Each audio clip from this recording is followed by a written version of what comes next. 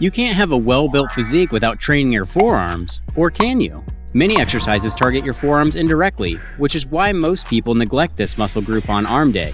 I definitely agree with this sentiment. However, if you truly want to build impressive forearms, you need to train them separately, just like any other area of the body.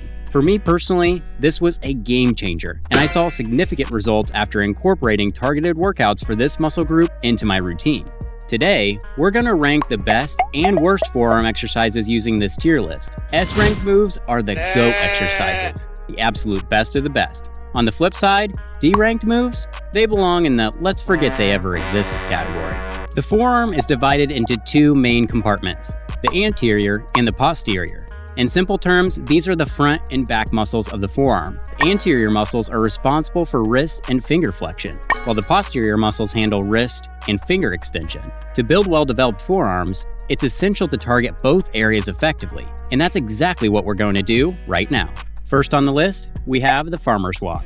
Besides the forearms, this exercise is a multitasker that works your quads, hamstrings, glutes, calves, upper back, traps, lats, abs, biceps, and triceps. As you can tell, this definitely shifts some focus away from the forearms. Additionally, to make this more effective, you need to go really heavy, which increases the risk of lower back injuries, especially if you end up leaning slightly to one side. While it's not a terrible exercise, it's certainly not the best for targeting the forearms, so I'm placing it in the B tier. Next up are reverse grip barbell curls. This exercise is fantastic for developing your forearms and enhancing overall arm strength. By using an overhand grip, you not only target the brachioradialis, a key muscle in the forearm, but also engage the biceps in a different way. I'm putting it in the GOAT section S tier. What about the Easy Bar reverse curl? It's similar to the standard barbell curl, but I personally prefer the Easy Bar because it offers a more comfortable grip. This helps me focus better on mind-muscle connection. For me, it's an S tier exercise again. The dumbbell hammer curl is another excellent choice for building your forearms. Personally, I find that performing exercises one arm at a time is often more effective, as it allows for a better mind-muscle connection. This increased focus can lead to improved muscle activation and growth. However, it's worth noting that this move also targets the biceps significantly, which makes it less ideal as an isolation exercise for the forearms. For this reason, we're placing the dumbbell hammer curl in the A tier. Here are a few tips on how you can make these three exercises better. Lean against a wall to stabilize your body, and use resistance bands to maintain constant tension throughout the entire movement. When I started implementing these simple tips, I saw a significant boost in my gains. If you find using resistance bands awkward, you can switch to reverse grip curls on a cable machine.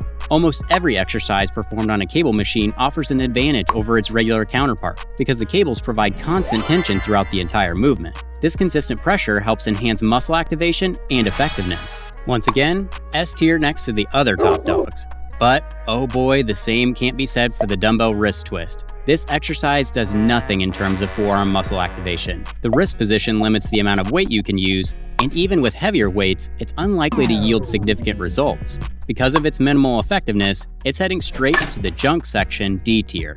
What about the reverse grip preacher curls? I know this one might stir up some debate, but hear me out. You already know that the standing variation is a top tier, and it seems logical to assume that the seated variation would be just as effective. However, that's not necessarily the case. The preacher curl alters the angle of your palms, elbows, and shoulders, making the bar harder to grip and placing extra pressure on your fingertips. This isn't ideal for forearm activation. Effective forearm training relies on a strong grip. If you can't squeeze effectively, you'll limit muscle engagement. So, while the preacher curl has its benefits, it's not the top choice for maximizing forearm activation. And that, my friends, is the reason it's going in the B tier. Next, let's talk about the behind-the-back wrist curl. While it offers good potential for progressive overload, the range of motion isn't ideal, and the overall feel of the movement can be a bit awkward, at least for me. Additionally, individuals with larger glutes might struggle to achieve the correct form, and for some, it might even be impossible. Muscle activation is also not ideal. For these reasons, we're placing it in the C tier. Kettlebell flips are a decent exercise for building your forearms. The unique design of the kettlebell, with its handle, allows for a strong grip and encourages intense squeezing, which is excellent for forearm activation. Here's a pro tip. Avoid flipping the kettlebell all the way to the side. Instead, stop just before it touches the surface you're working on. This slight adjustment will lead to greater muscle activation and more effective results. The reason I'm placing it in the B section is that many people might experience wrist pain with this exercise. My all-time favorite forearm exercise is the wrist roller. If you perform it slowly and with control, you'll feel an intense burn in your forearms. I highly recommend giving it a try if you haven't already. If your gym doesn't have a wrist roller, you can easily make one. Just take the straight bar for tricep pushdowns from the cable machine, attach a resistance band to it, tie a weighted plate at the end, and you're good to go. Ensure your hands are in a T-Rex position for optimal muscle activation, or you can simply rest your hands on a Smith machine for support. The goal is to tire out your forearms, not your shoulders, so hand positioning is key. Personally, I place the Smith machine bar around shoulder height and rest my hand over it while performing the exercise. This approach isolates your forearms completely. We are putting this on the top of our list in the S tier. I assume almost all of you have tried a gripper at least once. It's a really convenient way to train your grip strength and forearms because you can simply put the gripper in your pocket and take it everywhere. But are they really effective? Yes and no. While they do provide some muscle activation, the problem lies in the negative part of the movement, where there is virtually zero resistance. The gripper mainly targets a small part of your forearm, while the rest doesn't get much activation. These limitations place it in the B section of our list. Can you build huge forearms with bodyweight exercises? Let's find out. Let's start with rope climbing.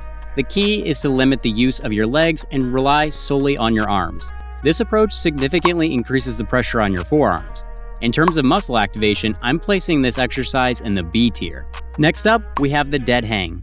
This is a great beginner-friendly movement, yet it's also used by many advanced athletes. A pro tip, use towels or wraps while hanging. This will significantly increase the challenge and lead to greater muscle activation in your forearms. Not to mention that it's perfect for decompressing your spine. This exercise definitely deserves its spot in the A tier. The finger push-ups. Why on earth would someone do this? Forearm activation is close to zero, and there are minimal benefits for other muscle groups as well. The exercise primarily targets the fingers rather than providing substantial activation for the forearms or other upper body muscles. Additionally, it places undue stress on the fingers and joints without delivering effective results for overall strength or muscle growth. Seriously, what's the end goal here? To smash a car with your finger? Given its limited effectiveness and potential for injury, it's clearly headed into the D section. The next method to develop massive forearms and enhance overall grip strength isn't just an exercise, it's a sport: rock climbing. Participating in non-competitive rock climbing is an excellent way to build forearm strength while having a great time. It's not only effective, but also incredibly enjoyable. However, it's important to train in specialized climbing gyms where you can practice safely and use proper equipment. Avoid climbing random rocks you encounter on the road, as they may pose safety risks. Given its effectiveness and the fun factor, rock climbing definitely earns a spot in the A tier. The Zottman curl is a multitasker that doesn't effectively target either the forearms or the biceps properly.